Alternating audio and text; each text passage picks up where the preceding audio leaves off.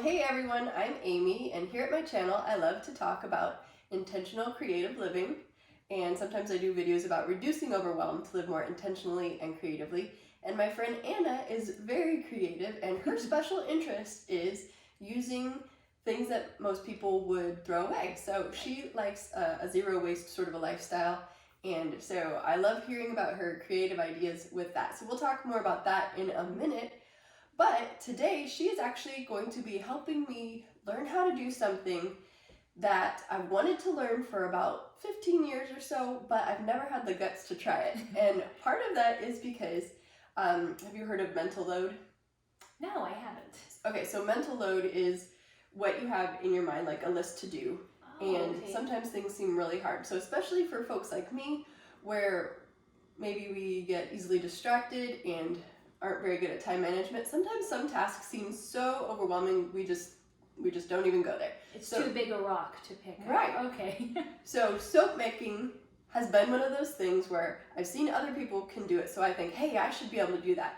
But learning how has been too much of an overwhelming thing for me to even go there. I did buy lye, but then I never got to making the soap. So this amazing woman makes soap regularly. I just learned this about her, and I told her she shouldn't be keeping secrets about from me about what she's up to creatively. So today she's going to share with us, and I'm going to learn along with you if you've never made soap before. What kind of soap is this? Is this hot process, cold process? Oh, this is hot process soap. That's the only way I've ever done it, and I like it, and if it ain't broke, don't fix it. Now, another one of the reasons you like the hot process is because it's the old-fashioned way, right? It is the old-fashioned way, and then it also makes it easier to use fats that are solid at room temperature, like lard or coconut oil. Okay, and now going back to the no waste concept in your creative journey, please tell us how you end up with your fat that you use for soap making. Okay, well, I use all sorts of fat. One of the main sources that I use is lard that's left over from any of the meat that my family uses. Well, lard is pig fat. Then there's tallow, which is beef fat. And then I don't know what chicken fat is called. I'm sure somebody's come up with a name for it. But I use fat from that's left over from any of the cooking that my family does.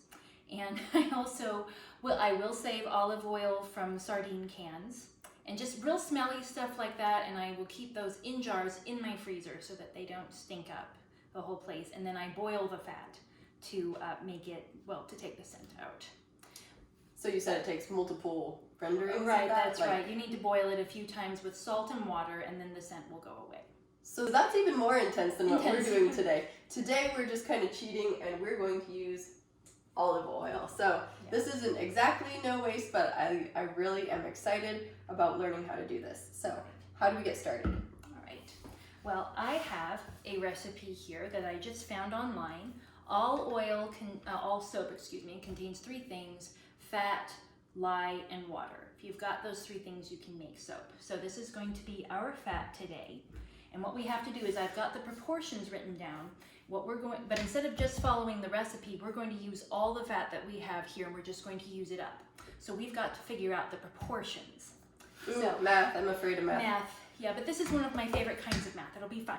Okay, so this is where it is very important to have a kitchen scale for this, because you really do want to have the right proportion of lye to water to fat. That's important. And as long as the proportions are right, you can make as much or as little as you want, and it'll be fine. But that is important. This is the container that we're going to be using to heat the fat as well. So we're just going to go ahead and measure it in here, because why not? It'll be simple. And it's stainless steel. That's Yes. really important, she said. Yes. We got this from the thrift store the other day. Super cheap. Yeah, isn't it pretty? Okay, so we're going to weigh it. Right. How do we, one of the things that intimidated me when I was watching other people make soap was zeroing the scale. Can you show us what that is? Sure. All right, so I think with a lot of scales, mine at home works this way and yours works this way too. You can do two things. You can either turn it on like that, and then you can set the container on top, and then this power button also says 0 under it, so you can just press that again, and then it takes it to 0. So it's not counting the weight of the pot in the measurements we'll be taking next. Or you can, I'm going to turn this off again. You can just set it on before you even turn it on, and then when you turn it on, it should be at 0. Oh, So okay. that's probably Cool. the simplest way to do it. All right, so now we know it's only going to be weighing this. Right. Now you're going to take us through the math steps. Yes. We'll Right. pour this in first. Would you like to do that? Yeah, all of Okay. it. All Yeah, right. all of it. Oh, you have to pull the ring out. Oh, thank you. Brand new. This is also a really nice way to use any sort of vegetable oil you have that's about to go rancid. You know, if the expiration date is going to be soon, just pour it in to make some soap out of it. You're good. So now I don't eat vegetable oil. A lot of it's made out of corn. Would you make that for your soap? Would that be a good thing to use for your soap? okay, 'Cause it's a lot cheaper than olive oil. Yeah, I guess I just meant plant oil from avocados or all. But yes, canola oil actually makes surprisingly nice soap. Oh, good to know. I don't really use canola oil. It's not the healthiest, but the soap is very pretty. It's like this really pale pink color, and it's very light and nice. I was very surprised. So you called this Castile. What we're going Yes. to make today is Castile soap. Yes, and Castile soap is soap made out of olive oil specifically. So this is olive oil. We are at 432 grams. That's pretty close to your recipe, right? Very close, yes. But we're still gonna do. I call it butterfly math. I don't know what the real name Here, is. show us over here. All right, but it's when you figure out proportions. So right now the recipe calls for 454 grams of olive oil, but we've got 432 grams. So we're going to be figuring out how much water and how much lye we need.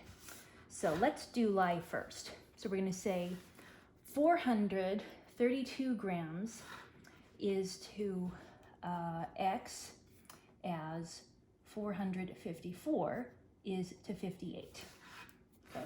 And then we make a butterfly like that to help us remember how to do the calculations. So Okay, so these are the numbers from your recipe, right. and this is the number that we need. So Yes. if you guys thought you would never use math in real life, well, Anna's proving you wrong. Surprise! So that's going to be 454x equals, and I'm going to get out my calculator for this because that's going to be a big number. So that's 58 times 432 equals 25,056, and we're going to divide both by 454 to get the x by itself. So x is going to equal, divided by 454, it's going to be 55, and then it's 0.1, or more like 2 grams. And so you can see that's very close to what the actual recipe calls for, and we're very close to the amount of oil the recipe calls for too. So that's a very good sign that we've done the math properly and we've got the right measurement. Okay, so we're saying that this 55.2 grams is the amount of lye we're going to use, right? Yes, that's the lye measurement. Now, lye is pretty scary stuff to me, Anna, right? Because it can open drains. It's like, That's how it used to be sold. I don't know if it's legal to sell it that way anymore, but yes. Okay, so here we it's a go. drain opener. Well, okay, so I guess it is still sold that way. Do not open it and sniff it. Keep it away from your mouth and your eyes and your nose. But it's okay as long as it doesn't get wet. It should be pretty safe. So we have a dry cup. Yes, we have a dry cup here, and then we can go ahead and set this on the stove because that's all ready for us now. We want to use it. All right, do you want to try zeroing it this time? Sure. Okay. Now, Anna has told me that once you know what to do, it really only takes about 5 minutes to do this process. Yeah, to mix everything up together. So that does not seem too daunting to me. Did I do it right? Yes, you did. Okay, so is this in the right units? Yes, It it's says in grams. Okay, so I don't think it does points on yours, so we'll just be looking for 55. Oh, I got to 56. So you can see that's not very much. Can you see in there? It's not a lot. Okay, like maybe a fourth of a cup or less. Yes, we're still at 56. Here, can we scoot the so that they can see that? Oh, sure. Yes. Oh, that looks Okay, right. we got it. Yay, good. Okay. I'm gonna continue that. So now our lye measurement is all taken care of. Now we just need to do the water. Okay. So 432 grams of oil is to X as 454 is to 104. So this is our water measurement that we need. butterfly. So 454x equals, and this is going to be an even bigger number this time, 432 times 104 equals 44,928 divided by 454. And in this case, the x is the water. Yes, x is going to be the number of grams of water we need. So that's going to be, I'm going to round it up to 99 grams of water. Okay. So again, you can see that's very similar to the original recipe. We have just a little bit less oil than the recipe calls for, and we're going to use just a little bit less water. Okay. Zero that. There we go. Okay, and we're looking for 99 grams. Okay. I went too far. Got 110. We can pour some out.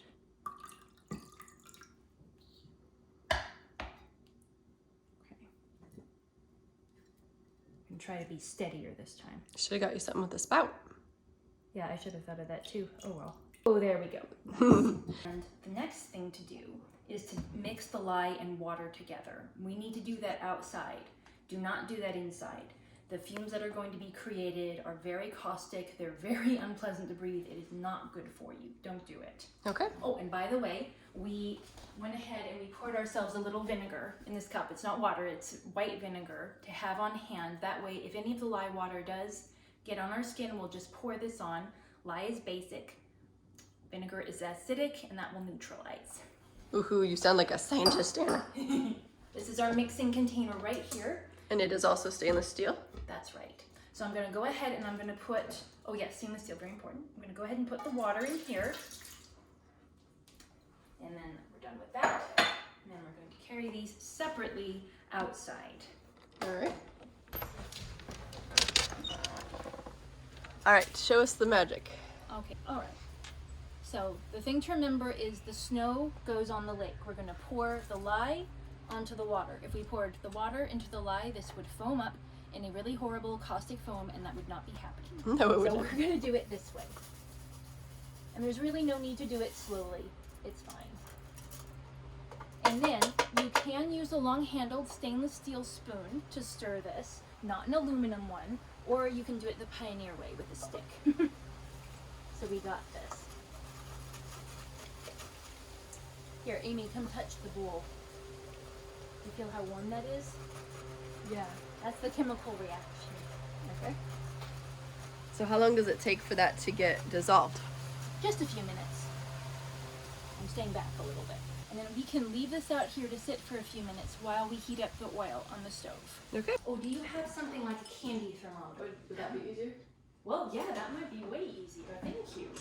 Okay, so now we're heating the oil up to what temperature? 100 degrees Fahrenheit is what this particular recipe called for, so that's what we're doing. And then it's so funny that something that caustic can be added to oil, and it can be made into soap that's gentle enough to use on babies or on your face. Mm-hmm. So funny. I like to buy Dr. Bronner's Castile soap, so now that I have this, I could probably take some chunks of it, and then you chop it up and liquefy it to make my own refills for my hand pump soap. Oh, okay. I've never done that. That Yeah. sounds fun. I should tell my sister that she prefers liquid soap. All right. We are warm enough, so I'm going to go ahead and take this off the heat, and then we don't have to worry about this isn't going to get any hotter now. We don't have to worry about it boiling over. Okay. So we can go get the lye. All right, and what are the other tools that we will need once you have the lye? Okay, we are going to need to stir this. It'll be soap once we add the two together, and we'll need to stir it until it comes to trace, is what it's called. It means it's really thick. Okay. So we're going to So like pudding. Yeah, like pudding. So we're going to be using this stick blender to do that. Okay. And then, And then we'll need our mold. okay, I do not have silicone molds, but those are fun if you come across them in a garage sale or whatnot. I had dog bone shaped ones, and I didn't think that that would probably be the best plan. We don't need to confuse Cody. So we have a glass bread pan that we've lined with, she said wax paper would be best. I didn't have that, so today I'm just using parchment paper that we can use to lift it up once it's hardened. But she also said that when you do this, you let them set and harden for about 5 weeks. Yes, you'll want to let them age for 5 weeks. And then we also have chosen an essential oil to just give it a scent, and I just got this Plant Therapy Organic Lavender. I'm sure that you could use whatever brand you want, but this is, I feel like, a trustworthy brand You can get it on Amazon. It's kid safe, and I like the idea that it's organic. So lavender smells good to me, and I enjoy its antimicrobial properties. Very nice. All right, so we are going to join them. Right. All right. So I was telling Anna about my trepidation of messing with lye and how it just seemed really scary. She said, well, would you feel more confident if we watch a YouTube tutorial? And I mean, there are plenty of really good tutorials on there if you want to go watch those, but I wanted to film my experience of learning with her, and I told her, this is me placing my trust in you. Like, I trust you very highly, so show me what happens now. We did not practice. This is the real deal, but it's your seat. Now we are going to combine. Okay, do I still need to keep my face away just in case it flashes? That's probably best. It's Okay. never happened to me, but you know, it's always better to be too safe. So I have to pour it, but I don't have to stir it while I'm pouring it? No, just put it on in. Okay, no, All right. no scary explosions. That's all that happens, and now we're going to stir it with the stick blender. And the thing about Castile soap to remember is it takes a long time to thicken. I'm not sure why, but just compared to other oils, it takes a long time. So don't get discouraged. It'll happen. It'll just take Oh, a to few come to minutes. trace? Right. Okay, and then at what point do we add the essential oil? We're going to do that once it's come to trace. Okay, cool. All right, so here we go. I'm going to do the low one.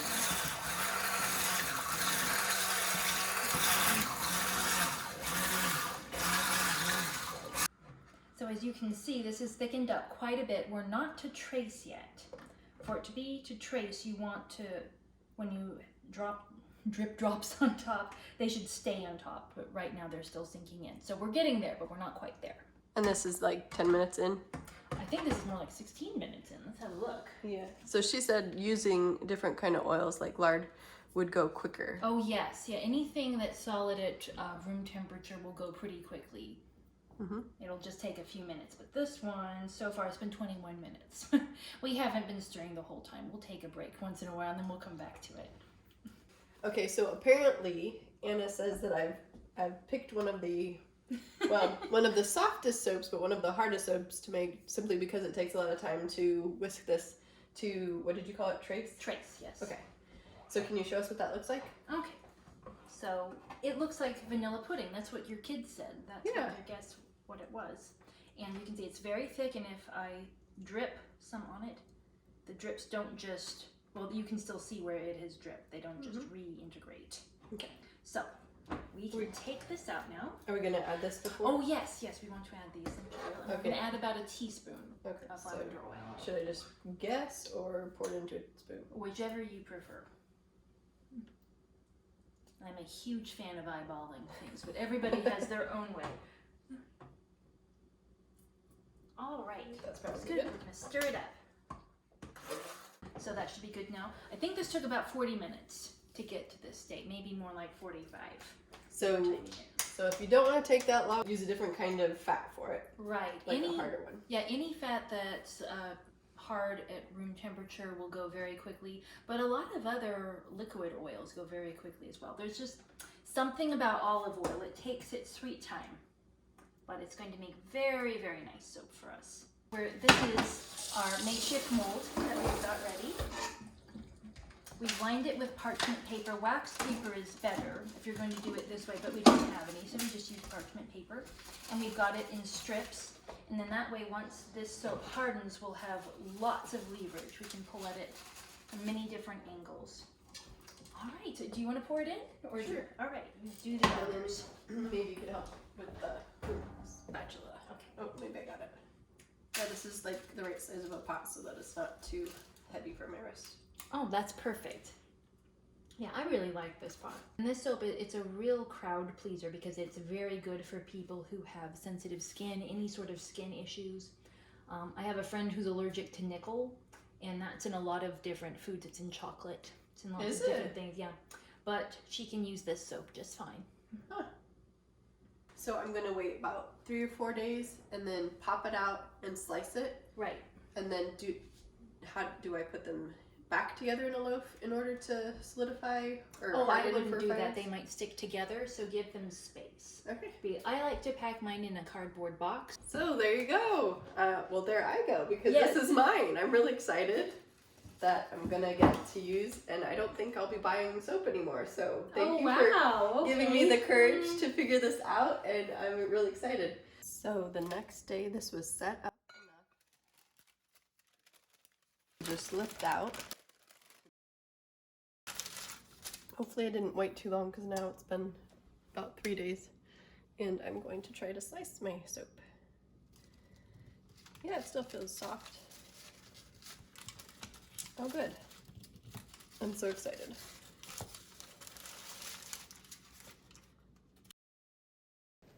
It looks and feels so smooth, and it smells so good. I see a lot of Christmas present soap making in my future, and I'm thankful to Anna for showing me that. That was a gift. And I think that I might do some cube ones as well. I gotta admit though, I'm probably not going to be doing the 8 boil method that you do with the... Anyhow, so this smells lovely. Thank you again, and if you enjoy watching what we're up to creatively over here at Aim for a Creative Life, go ahead and click that subscription button below and that like button, and I look forward to seeing you in the next video. YouTube thinks you'd enjoy this video, and here's a playlist you might enjoy as well. We'll see you for next time. Bye!